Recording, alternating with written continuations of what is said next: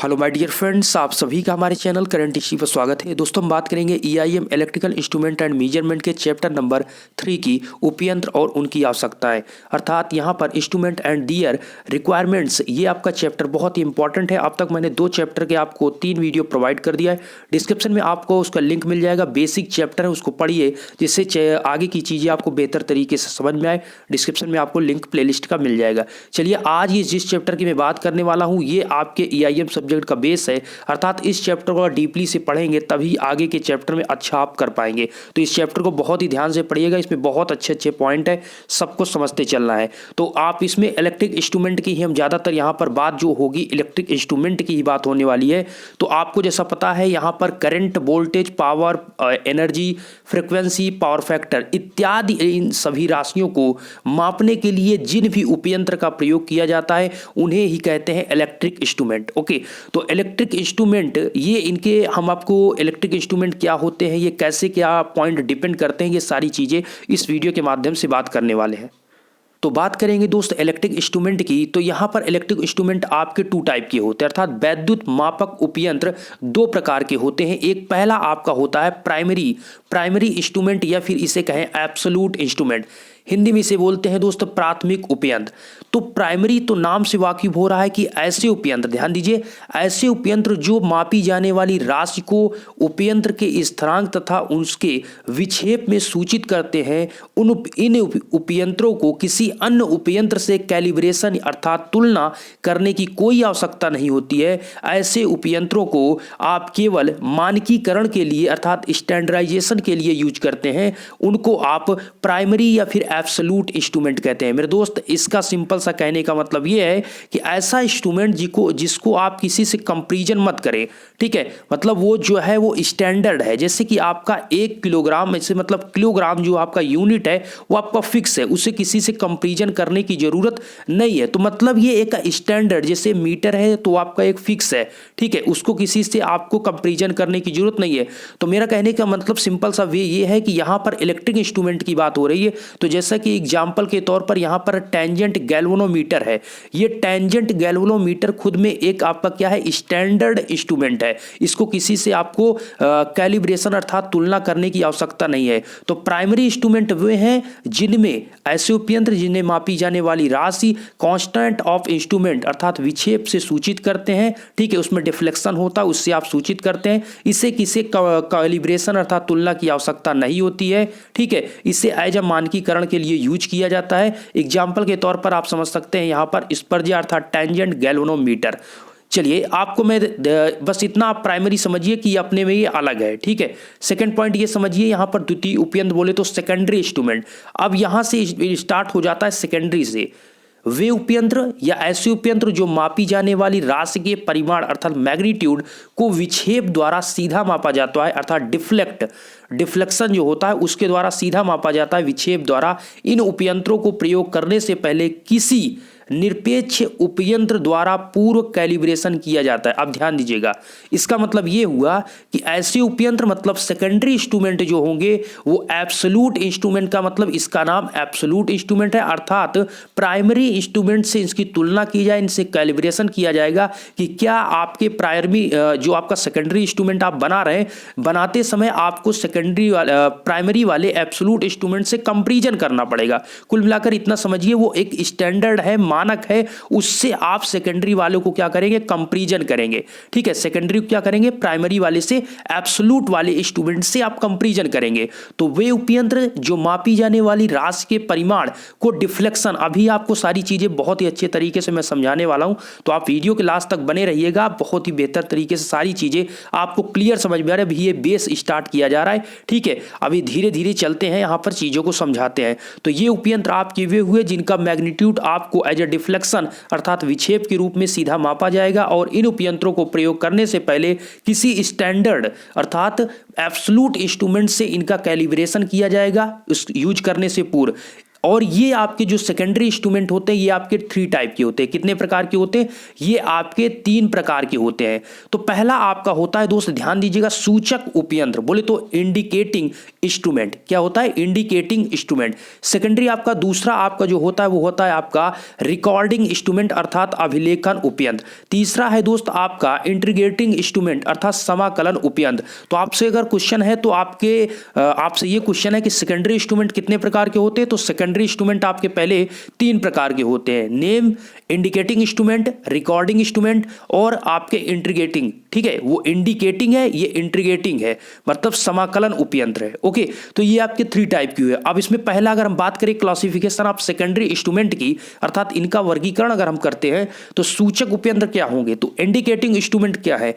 वे उपयंत्र जो मापी जाने वाली राशि के सूचक की सहायता से कैलिब्रेटेड स्केल पर सूचित करते हैं, उन्हें सूचक उपयंत्र कहते हैं। एग्जाम्पल पर ammeter, voltmeter, wattmeter, ohmmeter इत्यादि। समझिए, इसका मतलब हुआ सूचक उपयंत्र वो है, जैसे आप एमीटर को लीजिए तो एमीटर में आपका जो इस प्रकार से मान लीजिए ये आपका एमीटर है, ठीक है, इसमें ये आपका स्केल है, ये आपका क्या है? ये आपका स्केल है। तो इस स्केल में जो आपका ये पॉइंटर होता है जिससे आप संकेतक बोलते हैं, ये आपका क्या है? ये पॉइंटर है, ये आपका पॉइंटर है। इस पॉइंटर में कहा जा रहा है कि ये पॉइंटर कैसे, ये एज अ स्केल में दर्शा रहा है, तो ये आपका सूचक इंडिकेट कर रहा है। तो इंडिकेटर के माध्यम से ये चीज आप बता रहे हैं, मतलब आपका ये जो आपका ओम मीटर ले या वाट मीटर ले, ए मीटर ले, वोल्ट मीटर ले, इसमें जो आपका पॉइंटर है वो एज अ स्केल में आगे पीछे आपका जाएगा, तो ये इंडिकेट कर रहा है। तो ऐसे उपयंत्र जो आपका इंडिकेटर अर्थात पॉइंटर के द्वारा, पॉइंटर की सहायता से कैलिब्रेट स्केल, इसको जो आपका ऊपर स्केल देख रहे हैं इसी को बोला जाता है कैलिब्रेटेड स्केल।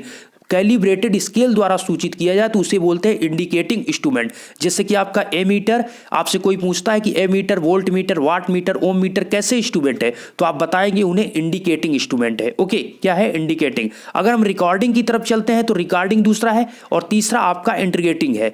तो पहले रिकॉर्डिंग की तरफ चलते हैं। रिकॉर्डिंग इंस्ट्रूमेंट क्या होते हैं? तो इसमें कहा जाता है दोस्त, ऐसे उपयंत्र या वे उपयंत्र जो ग्राफ कागज पर स्याही द्वारा एक आमुख समय पर मापी गई राशि का अभिलेखन खींचते रहते हैं, अभिलेखन उपयंत्र कहलाते हैं। इनका प्रयोग शक्ति केंद्रों एवं प्रयोगशाला में किया जाता है। जैसे कि एग्जाम्पल के तौर पर ईसीजी, इलेक्ट्रोकार्डियोग्राफिक्स का प्रयोग हृदय स्पंदन के लिए किया जाता है। अब इसे कह सकते हैं कि जैसे कि आपका हॉस्पिटल में होता है दोस्त, कि जब हॉस्पिटल में इस प्रकार से जब ग्राफ आपका चलता है कि किस प्रकार से आपके हृदय की स्पंदन गति चल रही, तो जब वहां पर ग्राफ दर्शाया जाता है। ऐसा तो है नहीं कि वहां पर कोई पॉइंटर होता है तो पॉइंटर के माध्यम से दर्शाया जाए, वहां पर आपका एक ग्राफ चलता है। तो वहां पर वही चीज है, एग्जाम्पल के तौर पर आपको बताया गया। ये आपसे पूछा जाता है, कंपटीशन में सारी चीजें पूछी जाती है आपसे लेवल पर कि ईसीजी अर्थात इलेक्ट्रोकार्डियोग्राफिक्स जो आपका होता है ग्राफ्स, ये किस प्रकार का आपका होता है। तो ये हृदय स्पंदन ज्ञात करने के लिए जो किया जाता है,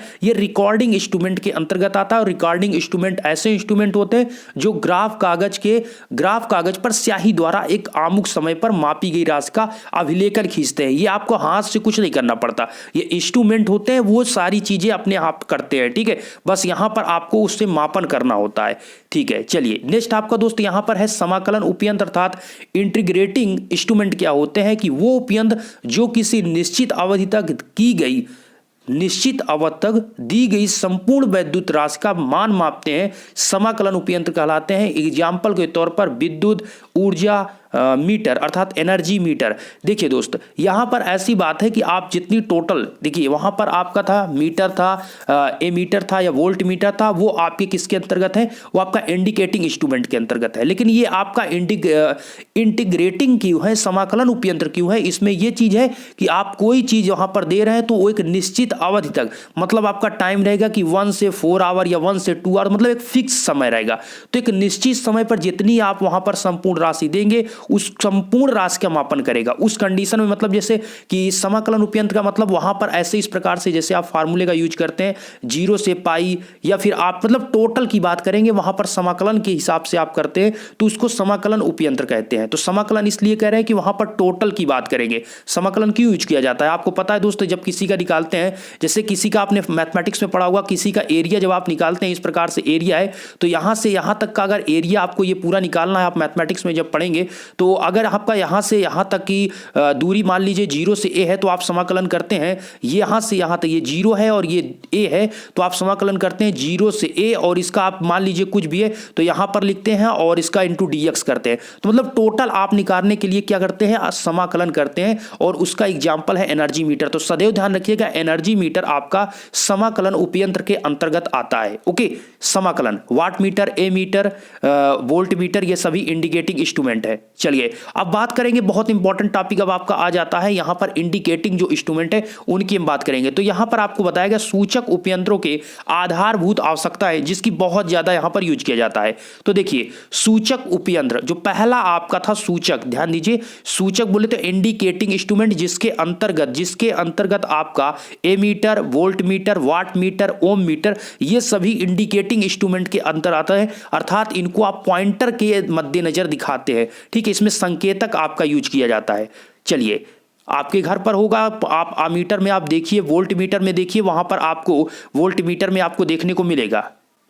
चलिए यहां पर आपका जो पॉइंट है, एक मिनट, यहां पर ये सूचक उपयंत्र वास्तव में ऐसे उपयंत्र है, कौन, इंडिकेटिंग इंस्ट्रूमेंट जो प्रयुक्त विद्युत को यांत्रिक बल में परिवर्तित करते हैं और ये यांत्रिक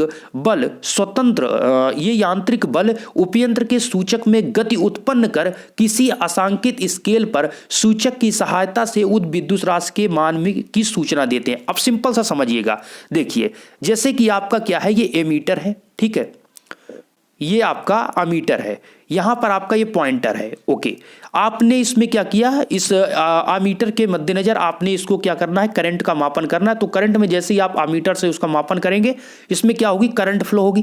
तो ये जो आपका पॉइंटर है आपकी करंट क्या है, एक इलेक्ट्रिक करंट है, तो वो आपका विद्युत हुआ। और जब इलेक्ट्रिक करंट आपकी फ्लो हुई इसके बाद इसका क्या हुआ, पॉइंटर आगे की तरफ मूव किया, अर्थात ये कुछ रेटिंग आपको बताने लगा कि कितनी करंट फ्लो होने लगी। तो वहां पर क्या पॉइंटर आगे बढ़ा तो उसमें आपका यांत्रिक बल लगा, उसमें आपका वहां पर यांत्रिक बल कार्य करा। तो उस कंडीशन का क्या हुआ कि आपका इलेक्ट्रिक करंट फ्लो हुई, मतलब इलेक्ट्रिक से वो क्या हुआ, यांत्रिक बल लगा। तो वहां पर यांत्रिक बल में परिवर्तित होता है। इस कंडीशन में आपका इंडिकेटिंग इंस्ट्रूमेंट है। तो इंडिकेटिंग इंस्ट्रूमेंट में इतना आपको समझना है कि यहां पर इंडिकेटिंग में आपके बहुत से जैसे deflecting torque, controlling, damping torque है, उसको चीजों को मैं समझाऊंगा। मेरा कहने से सिंपल सा वे है कि आपका यहां पर होता क्या है कि इलेक्ट्रिक के मद्देनजर आप यांत्रिक में जाते हैं, क्योंकि यहां पर आपका जो पॉइंटर है वो यांत्रिक बल के माध्यम से ही आपको बताता है कि कितनी करंट, कितनी वोल्टेज, कितना आपका ओम रेजिस्टेंस है, सारी चीजें आपको वहां पर यांत्रिक बल से ही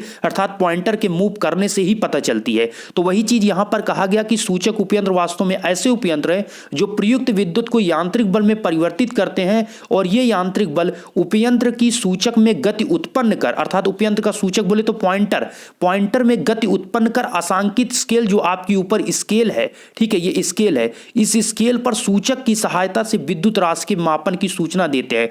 जो आपका पॉइंटर है ये आगे पीछे आपका मूव करता है, आगे बताता है कितनी आपकी करंट या कितना वोल्टेज या ओम मीटर, कितना आपका रेजिस्टेंस है, ये सारी चीजें पॉइंटर के मद्देनजर बताती है। तो पॉइंटर आपका क्या है, ये इंडिकेट कर रहा है, इसीलिए इसे कहते हैं इंडिकेटिंग इंस्ट्रूमेंट। अब इस इंडिकेटिंग इंस्ट्रूमेंट में आपके थ्री प्रकार के सिस्टम कार्य करते हैं। एक आपका होता है डिफ्लेक्टिंग सिस्टम, एक होता है कंट्रोलिंग, एक होता है डैंपिंग। आज की इस वीडियो में बात करूंगा मैं आपसे डिफ्लेक्टिंग जो सिस्टम होता है, ये बहुत इंपॉर्टेंट है। इसमें बहुत से मतलब नियम, बहुत रूल है, तो आपको चीज़ों को धीरे धीरे समझना होगा। तो सबसे पहले आप ये समझिए कि ये आपका एमीटर है, वोल्ट मीटर है, इसमें जो आपका पॉइंटर मूव करता है तो उस कंडीशन में उस पर कितने मूव करने में या फिर रुकने में उसमें 3 टार्क आपके यूज करेंगे या 3 सिस्टम लगेंगे, उसमें डिफ्लेक्टिंग, कंट्रोलिंग और डैंपिंग। ओके, तो पहले आइए हम बात करते हैं यहां पर डिफ्लेक्टिंग सिस्टम की। तो डिफ्लेक्टिंग बोले तो विक्षेपण प्रणाली पहला, और दूसरा नियंत्रण था, और तीसरा आपका अवमंदन था। ठीक है, थोड़ा मैं आपको बताना चाहूंगा, जैसे इस प्रकार से आप समझिए कि आपका ये क्या है, ये आपका स्केल है, ये आपका पॉइंटर लगा हुआ है। तो करते क्या है कि डिफ्लेक्टिंग का मतलब क्या है कि जैसे आप इसमें करंट आपका फ्लो होता है, करंट फ्लो मतलब कि आप जैसे ही मीटर से मापन करते हैं तो जैसे ही करंट आपको पता चला कि इसमें कुछ करंट फ्लो हो रही, तो ये पॉइंटर क्या होता है, मूव कर जाता है, ये आगे की तरफ क्या किया, मूव किया। आगे की तरफ मूव किया, तब इसमें लगा डिफ्लेक्टिंग टार्क। ठीक है, देखिए डिफ्लेक्टिंग सिस्टम के अंतर्गत डिफ्लेक्टिंग टार्क है, क्योंकि जो पॉइंटर घूम रहा है उसमें टार्क लग रहा है। चीजों को मैं आगे समझाऊंगा, आप आराम से सुनते रहिए। तो यहां पर आगे की तरफ बढ़ा तो मतलब डिफ्लेक्टिंग आपका टार्क लगा। जब आगे बढ़ा, लेकिन एक सिस्टम ये है कि आपका ये आगे बढ़ता चला जाएगा, तो ये तो आपका ये जो पॉइंटर है वो आगे मूव करता जाएगा, इस प्रकार से ये पूरा घूम जाएगा। लेकिन हमें इतना नहीं करना, हमें इसलिए यहां पर जो डिफ्लेक्टिंग लगाना है तो इधर ना पूर्ण रूप से इधर ना आए, इसलिए आप क्या करते हैं, एक कंट्रोलिंग टार्क होना चाहिए। अर्थात ये जो पॉइंटर आपका ये मूव कर रहा है आगे की तरफ, ये जा रहा है आगे की तरफ, इसको कंट्रोल इस साइड में करने के लिए इसकी विपरीत दिशा में एक कंट्रोलिंग टार्क अर्थात कंट्रोलिंग सिस्टम के अंतर्गत कंट्रोलिंग टार्क लगाया जाता है। तो लेकिन ध्यान दीजिएगा, ये आपका स्केल है, इसमें आपका ये पॉइंटर था, ये पॉइंटर आपकी जैसे करंट मान लीजिए फ्लो हुई तो आपका कुछ रेटिंग बताया, इस प्रकार से ये घूम गया और ये आगे जा रहा है। इसको रोकने के लिए हम इसको कंट्रोलिंग टार्क लगाते हैं। तो ये क्या किया, यहां पर रुका। लेकिन रुकने के बाद आप देखेंगे कि कुछ आप वोल्टेज में वोल्ट मीटर में देखें, एमीटर में देखें, तो वो आपका उस किसी पॉइंट पर रुकता नहीं है, धीरे धीरे कंपन करता रहता है। अर्थात इस साइड ऐसे ऐसे आपका कंट्रोलिंग तो टार्क लग गया, लेकिन वो ऐसे ऐसे मूव कर रहा है दोनों तरफ। ठीक है, स्थिर नहीं है। तो उस कंडीशन में वहां पर जो अवमंदन हो रहा है, जहां पर वो डैंपिंग हो रही है, उस कंडीशन में वहां पर एक डैंपिंग टार्क यूज किया जाता है, जिससे क्या होता है कि जो कंपन हो रहा है उस कंपन को रोककर एक पॉइंट पर रखता है। तो उस कंडीशन में एक आपका लगता है डैंपिंग टार्क। तो यहां पर 3 टार्क लगेंगे। एक तो जो आपका पॉइंटर आगे की तरफ जा रहा है उसको रोकने के लिए आपके विपरीत दिशा में एक कंट्रोलिंग लगेगा, और जो ये कंपन कर रहा है उस रोकने के बाद, चूंकि ये आपका जो डिफ्लेक्टिंग टार्क वो आगे की तरफ लगाएगा, कंट्रोलिंग टार्क पीछे की तरफ लगाएगा, तो इसमें कुछ ना कुछ कंपन होगा। उस कंपन को रोकने के लिए, डैंपिंग उस अवमंदन को रोकने के लिए यहां पर एक टार्क और कार्य करता है, उसे बोलते हैं डैंपिंग टार्क।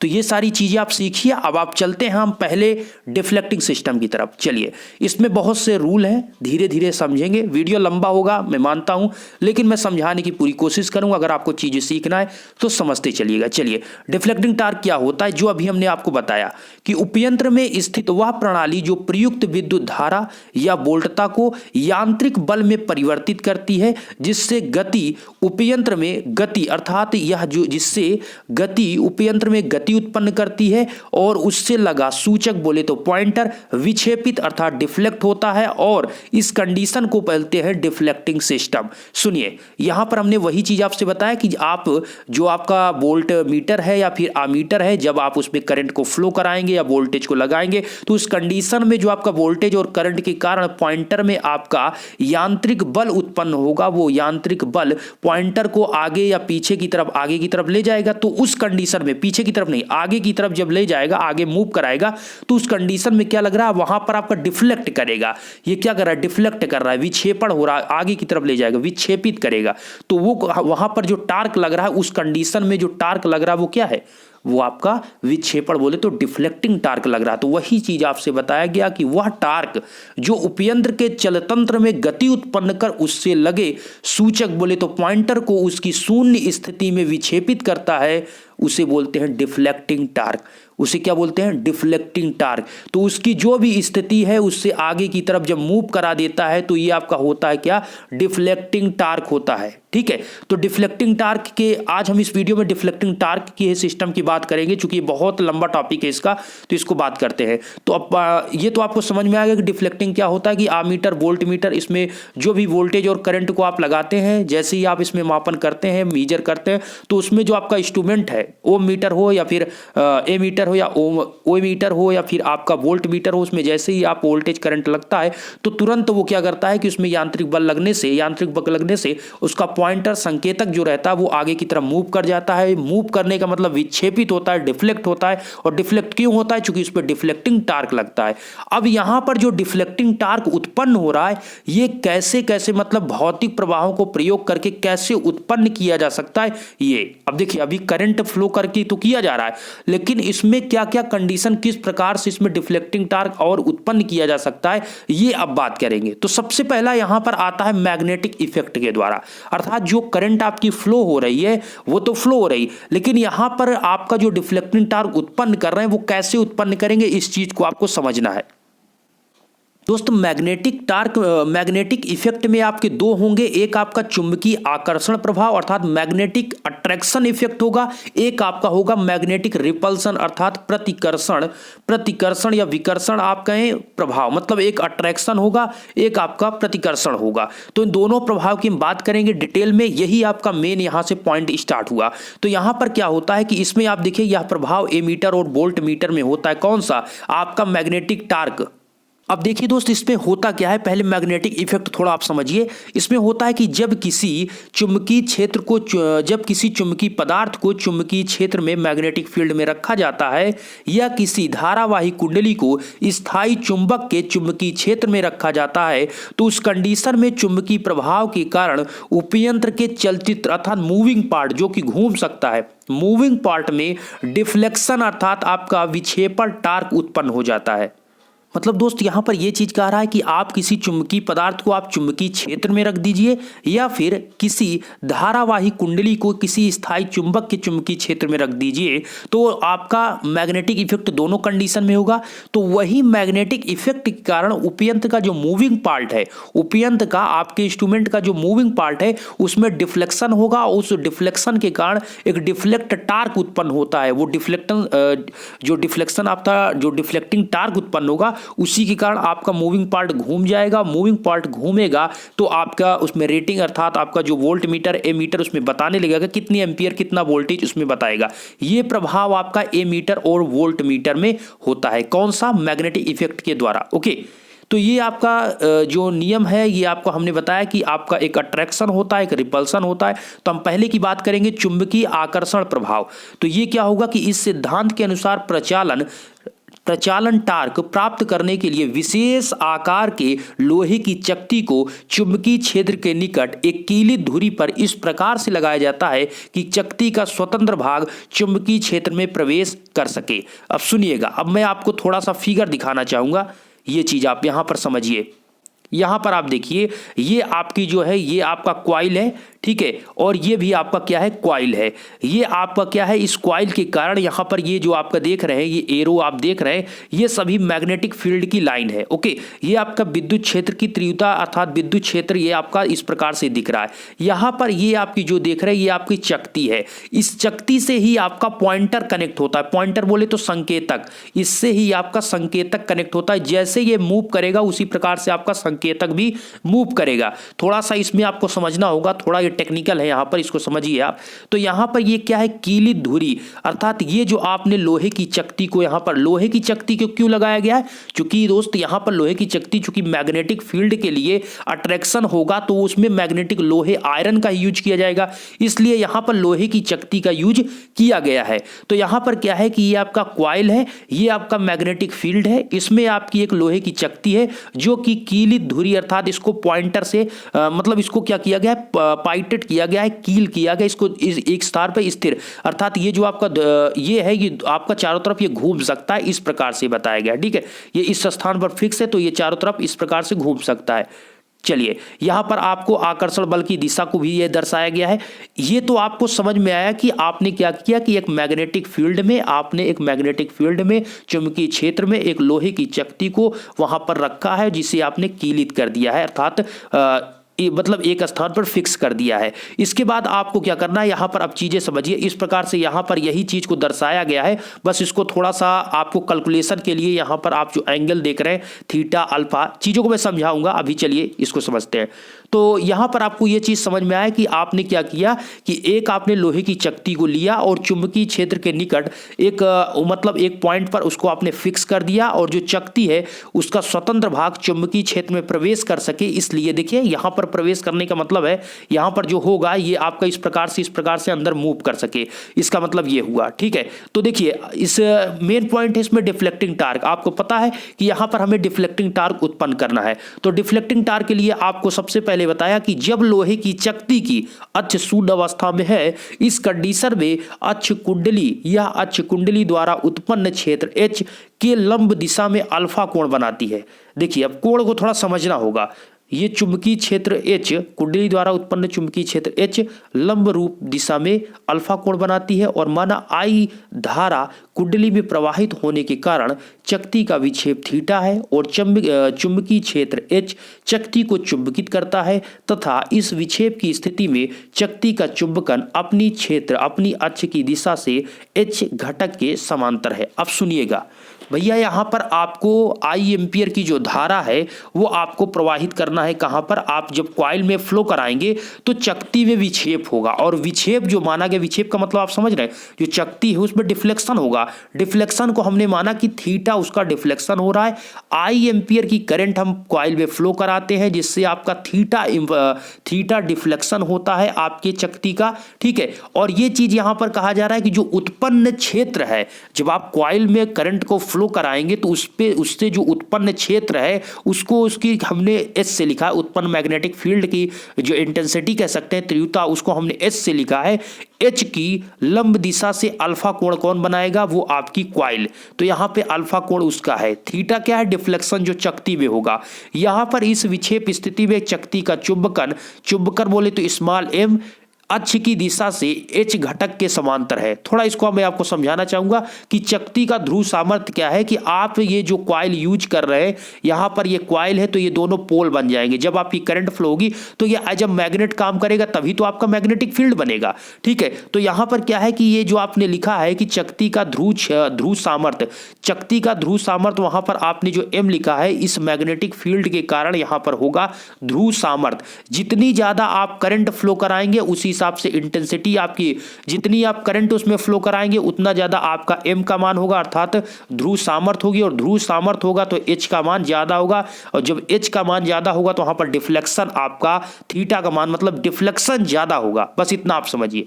अब चलिए यहां पर आप फार्मूले का हम यूज करते हैं। यहां पर m equal to h cos 90 minus alpha plus theta कैसे लिखा गया, इस चीज को समझिए। यहां पर आप इस चीज को देखिए, यहां पर इस पॉइंट पर हमने कीलित दिया है, पॉइंट कर दिया है।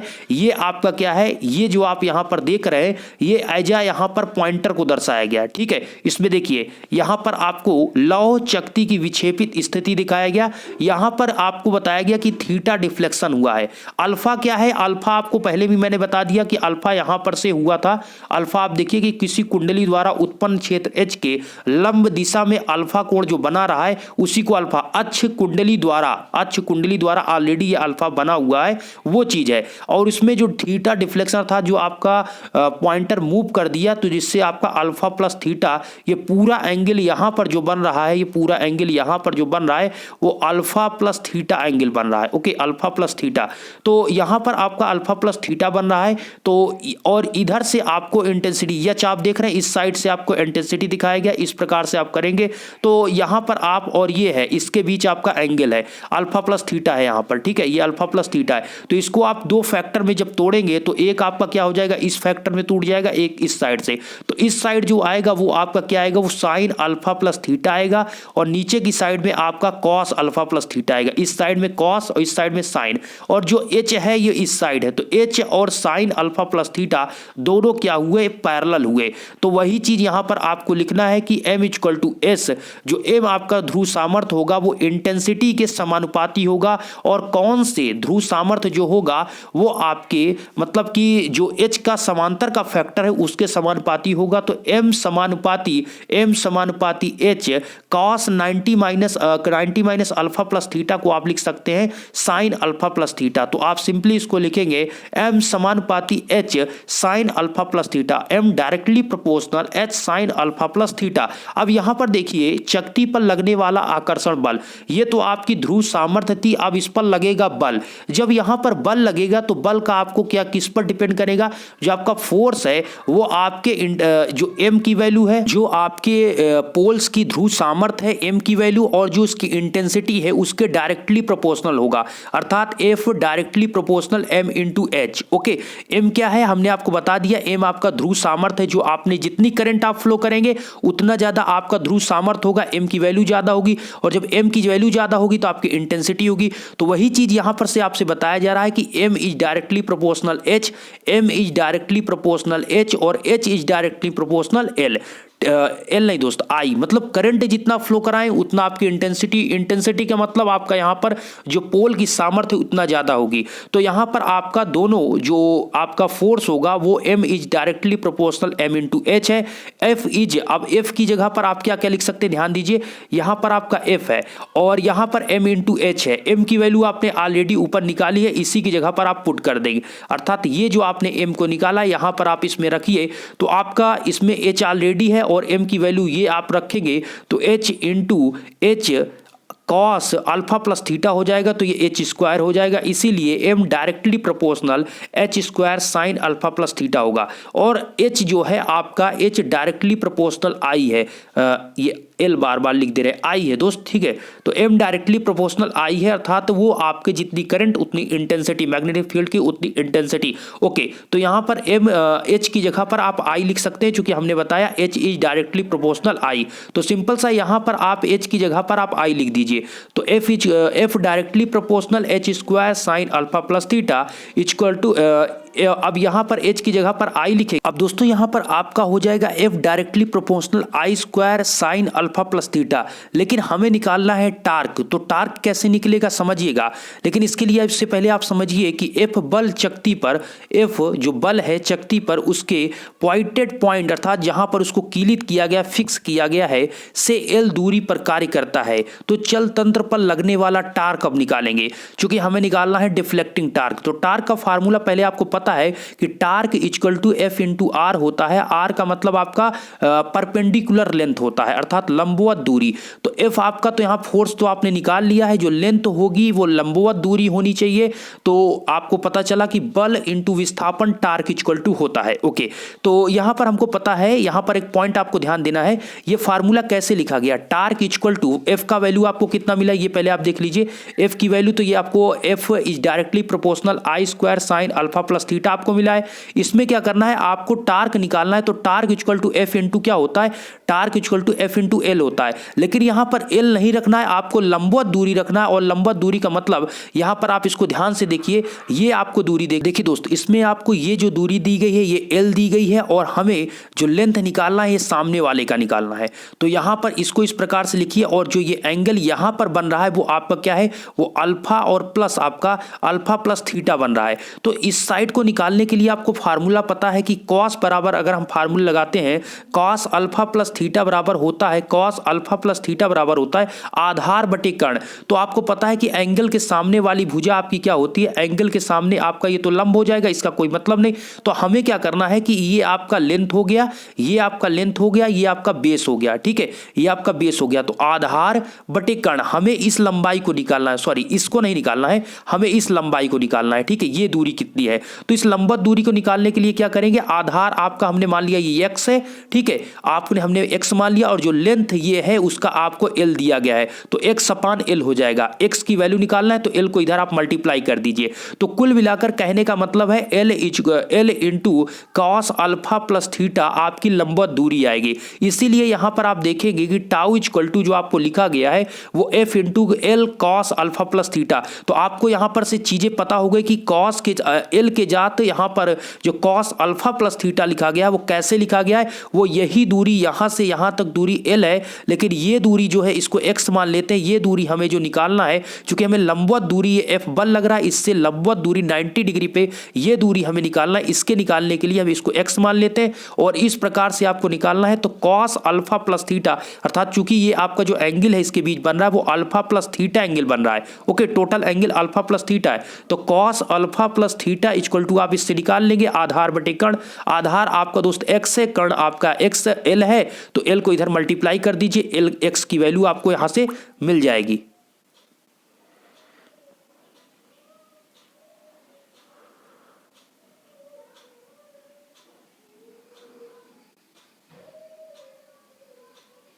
दोस्त यहां पर आपका हो गया tau D equal to D मतलब डिफ्लेक्टिंग टार्क। तो F L cos alpha plus theta, F की वैल्यू आप क्या रखेंगे, एफ की वैल्यू अभी आपने जो फोर्स निकाला था एफ की is directly proportional I square sine alpha plus theta, इसकी वैल्यू यहां पर आप पुट करेंगे। जैसे ही आप यहां पर रखते हैं एफ की जगह पर आप इसको रखिए, एफ की जगह पर आप रखेंगे, क्या रखेंगे दोस्त, आई है आपका और साइन आई है, देखिए एल इसमें ऑलरेडी है, वहां पर आपका फार्मूले में है I square sine alpha plus theta, ये एफ की वैल्यू है जो कि आपने निकाला।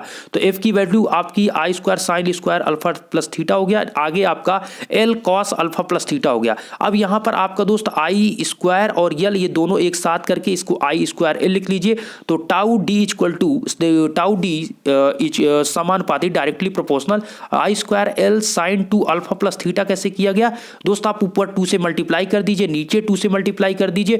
2 साइन इंटू कॉस ए का फार्मूला होता है साइन 2a, तो सिंपली आपका हो जाएगा साइन 2a का मतलब आप लिख सकते हैं साइन 2 अल्फा प्लस थीटा। और जो नीचे का 2 है, चूंकि ये आपका डायरेक्टली प्रोपोर्शनल है, सारी चीजें कांस्टेंट है, तो उसको आप हटा सकते हैं, इसमें कोई दिक्कत नहीं, ठीक है। तो आप यहां पर लिख सकते हैं साइन 2 अल्फा प्लस थीटा। इसके जस्ट बाद आप यहां पर ये सभी वैल्यू को कांस्टेंट के जो लिखा गया ये कांस्टेंट लिखा गया। तो समानुपाती डायरेक्टली प्रोपोर्शनल को जब आप हटाएंगे तो यहां पर एक कांस्टेंट लगाएंगे।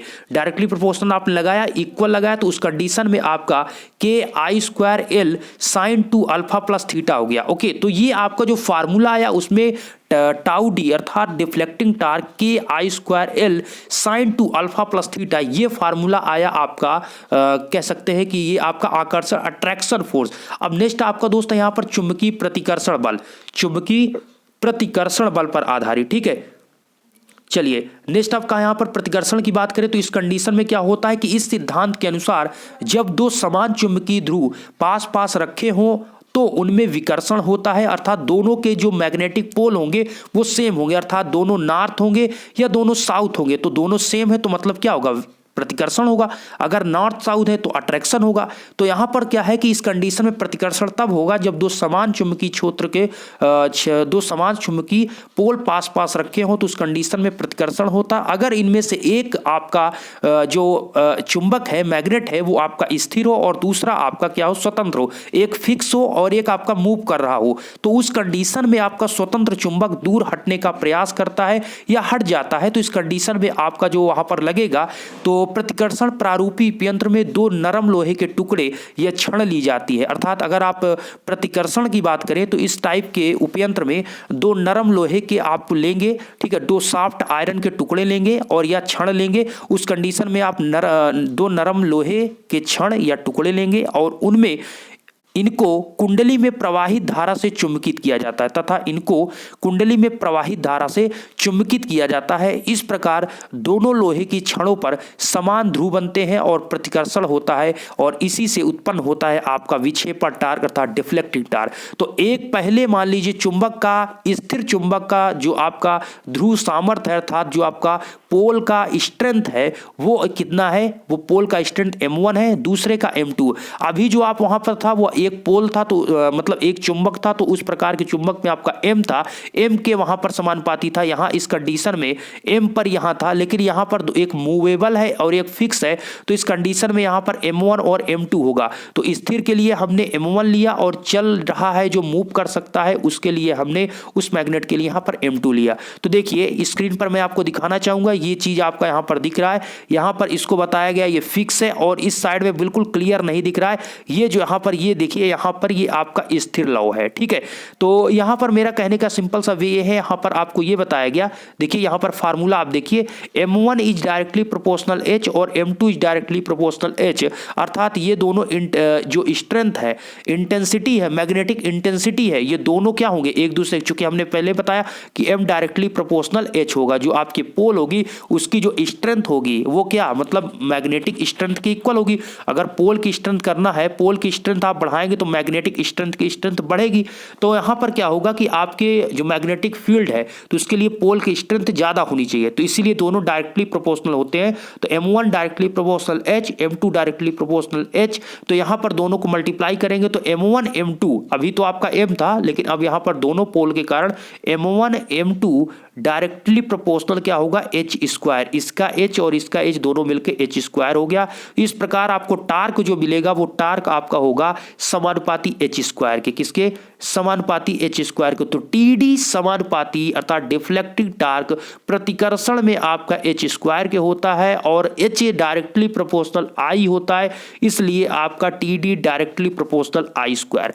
तो डिफ्लेक्टिंग टार्क आपको पता चला कि आई स्क्वायर के क्या होता है, समानुपाती। तो आपसे कोई पूछता है कि जो करंट फ्लो हो रही है तो उसमें टार्क कितना होगा, तो आई स्क्वायर के डायरेक्टली प्रोपोर्शनल होता है। और यहां पर आप इस चीजों को देख सकते हैं, ये आपकी दोनों क्वाइल है, यहां पर आपको क्वाइल दर्शाया गया है, ये आपका पॉइंटेड कीली तथा इसको फिक्स कर दिया गया है, ये फिक्स्ड है, ये आपका मूवेबल है, यहां पर आपको बता दिया गया है। ठीक है, ये आपका क्या है, यहां पर ये फिक्स, देखिए यहां पर आपको कीली धुरी है, पॉइंटेड है, ये आपका यहां पर फिक्स इसको किया गया है। और यहां पर चुंबकीय क्षेत्र है, ये इस प्रकार से चुंबकीय क्षेत्र है।